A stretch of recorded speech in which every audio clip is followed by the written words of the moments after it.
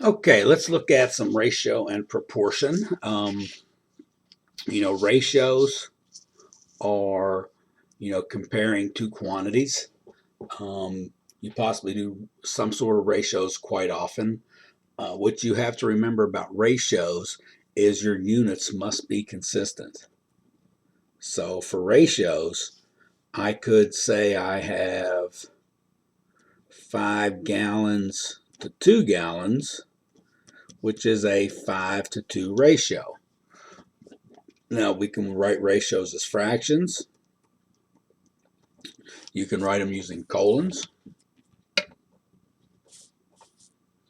You can actually write them using words, but most of the time you're going to see them written as a fraction. What you have to be careful about is if I had 2 feet to 24 inches.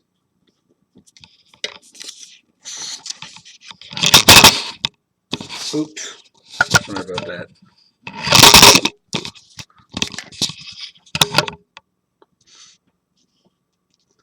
So you can't do 1 to 12 here because your units are different. So you've got to convert either feet to inches or inches to feet. So since we have a perfect factor of 12 here, we could do 2 feet to 1 foot, and that's a 2 to 1 ratio.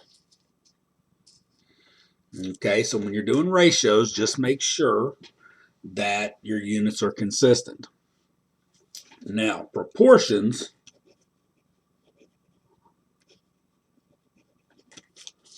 are where we have two ratios equal to each other, and sometimes we have to solve to find a missing part. So for example, 2/3 equals 4/6 because 2 times 6 equals 3 times 4. And that's what we consider called cross multiplying. We prove that the means equals the extremes. That's kind of the way why we do that. So if I were missing the value up here, well, to solve, I cross multiply. And it doesn't matter which side you put your product on. So I can say 3 times x is 2 times 6. 3x equals 12. X equals 4.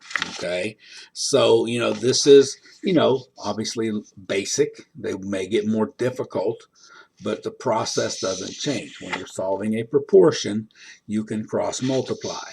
And when we start getting into some of our trigonometry, I try to employ that process as well to make it easier to solve some of these equations.